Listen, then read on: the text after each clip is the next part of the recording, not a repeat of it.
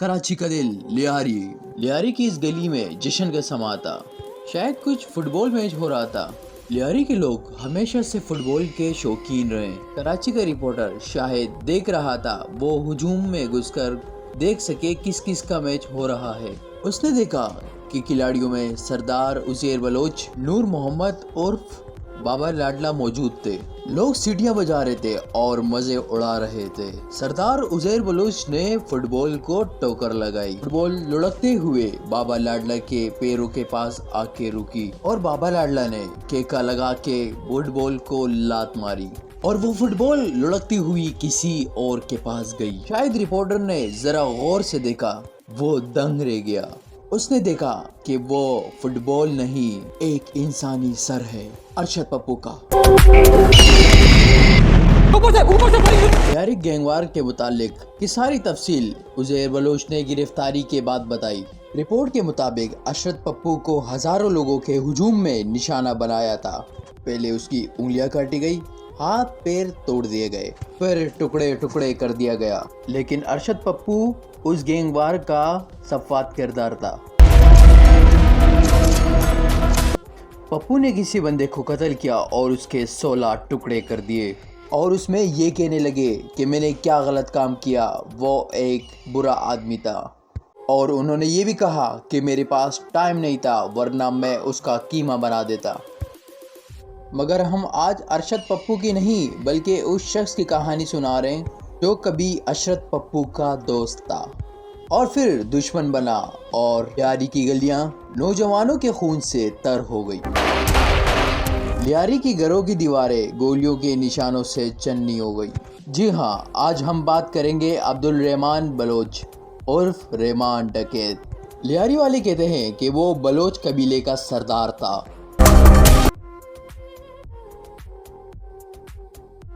Police कहती है कि वो सरदार तो था मगर डाकुओं का।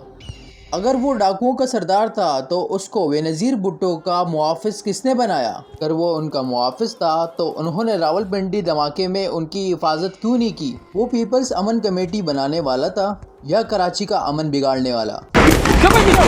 पुलिस में और एम्बुलेंस को भी भगा दिया गया। चौधरी असलम और रहमान बलोच की दुश्मनी कैसे शुरू हुई? रहमान डकैत को गिरफ्तार करने के बाद चौधरी असलम को गिरफ्तार क्यों कर दिया गया? वो 2 बार पकड़ा गया मगर पुलिस की कैद से वो फरार हो गया। जब तीसरी बार पकड़ा गया तो फिर क्या हुआ? ये और ऐसे बहुत से सवालात हम आज इस डॉक्यूमेंट्री में बताएंगे। अभी तक आपने हमारा चैनल सब्सक्राइब नहीं किया तो ज़रूर करें और वीडियो पर अपनी राय ज़रूर दें। चले 50 साल की पहले लियारी चलते हैं। ये 1976 की बात है। रिक्सल लाइन की अफशानी गली में हाजी दाद मोहम्मद के घर में एक बच्चे की पैदाइश होती है और जिसका नाम अब्दुल रहमान रखा गया।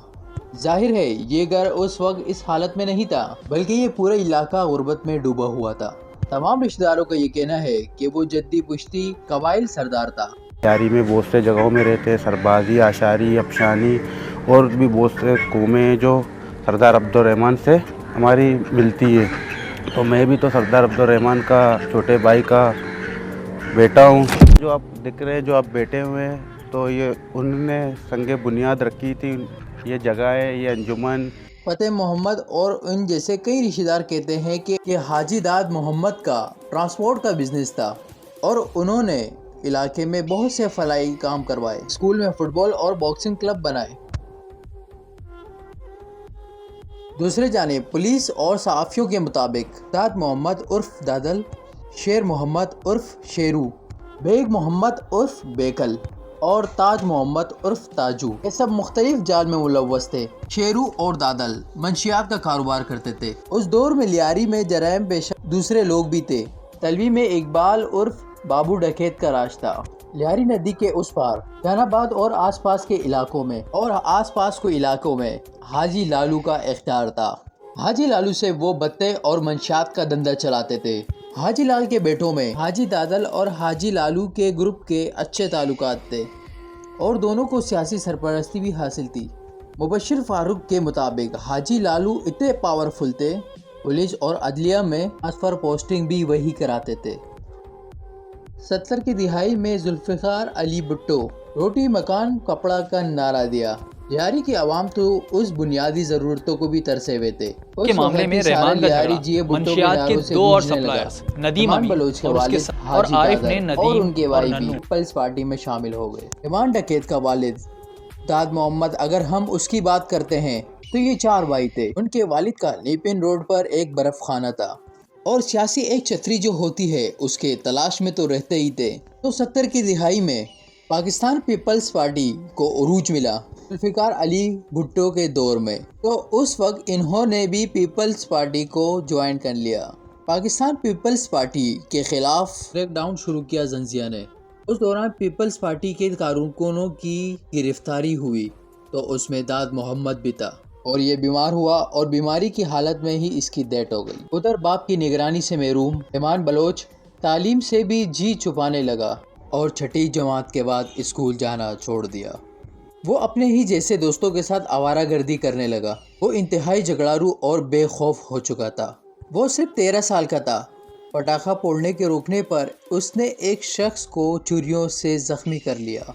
उस वाक़े की एफआईआर तो दर्ज हुई पर मुलजिम ज़रा कम उम्र था तो पुलिस ने गिरफ्तारी में दिलचस्पी नहीं दिखाई। बहरहाल अब्दुल रहमान की जुर्म की दुनिया में ये पहला कदम था। उसके बाद उसने आरिफ नाजिम का ग्रोह ज्वाइन कर लिया। इलाके में जुए मंशात के अड्डे चलते थे। उस दौर में एक गैंग लीडर हुआ करता था छोटा सा, आरिफ उसका नाम था। आरिफ बलोच और रऊफ बलोच जो लियारी के नाजिम भी रहे, ये उनका भाई था। आरिफ का जो बेसिकली गेम था उसको रहमान ने ज्वाइन किया था और ये वो वक्त था जो जुर्म की दुनिया में उसने पहला कदम रखा। पुलिस रिकॉर्ड के मुताबिक 1992 में मंशियात के मामले में रहमान का झगड़ा 2 और सप्लायर के साथ झगड़ा हुआ, नदीम अमीन और उसके साथी नोनो से हुआ। नदीम अमीन भी हिस्ट्री चीटर था और उस पर तकरीबन 30 मुकदमात कायम थे और आरिफ ने नदीम और नोनो दोनों को कत्ल कर दिया और ये रहमान के हाथों कत्ल की पहली वारदात थी। और उस दौरान बाबू डकैत ने रहमान के चचा ताज मोहम्मद को कत्ल कर दिया, जिसके बाद हाजी लालू ने रहमान को अपने सरपरस्ती में ले लिया था। असल में हाजी लालू और बाबू डकैत दोनों की टसल चल रही थी और बाबू की गैंग से निपटने के लिए हाजी लालू को गर्म खून की ज़रूरत थी। और फिर 1993 में रहमान ने अपने साथियों के साथ मिलकर बाबू पर हमला किया। बाबू डकैत रहमान के भाई की गोली से जख्मी हुए। रहमान की बेजिगरी और बहादुरी देखकर हाजी लालू ने उसे अपना मुंह बोला बेटा बोला। रहमान भी जैसे हाजी लालू का मुरीद हो गया। अगर इस वीडियो की मज़ीद तफसीलात चाहिए तो मुझे कमेंट्स में ज़रूर बताइएगा। अगर हमारी वीडियो पसंद आई हो तो सब्सक्राइब करना ना भूलिएगा और बहुत सारा अपना ख्याल रखें। खुश रहें, आबाद रहें।